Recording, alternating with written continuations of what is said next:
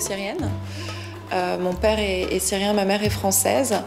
Et du coup, pendant très longtemps, j'ai pas eu accès en fait à vraiment une bonne connaissance de ma famille syrienne parce que c'était compliqué. Et du coup, pendant très longtemps, quand j'étais adolescente et enfant, ma façon de m'approprier ce patrimoine familial, c'était à travers les photos de famille. Donc il y a eu toute une période de fourmillement d'informations et ensuite, forcément, avec le déclenchement de la guerre, il y a eu à nouveau une très grande distance qui s'est créée. Et c'est à partir de ce moment-là que j'ai commencé ce projet-là, qui est un projet finalement sur, pas tellement sur la guerre en soi.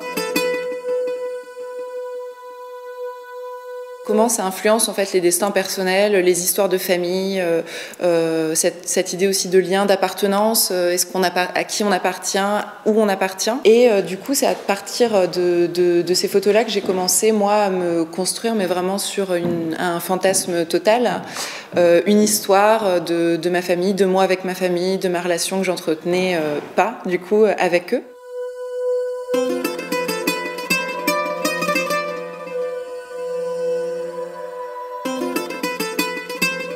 Quand on fait une exposition, on montre un produit fini, entre guillemets.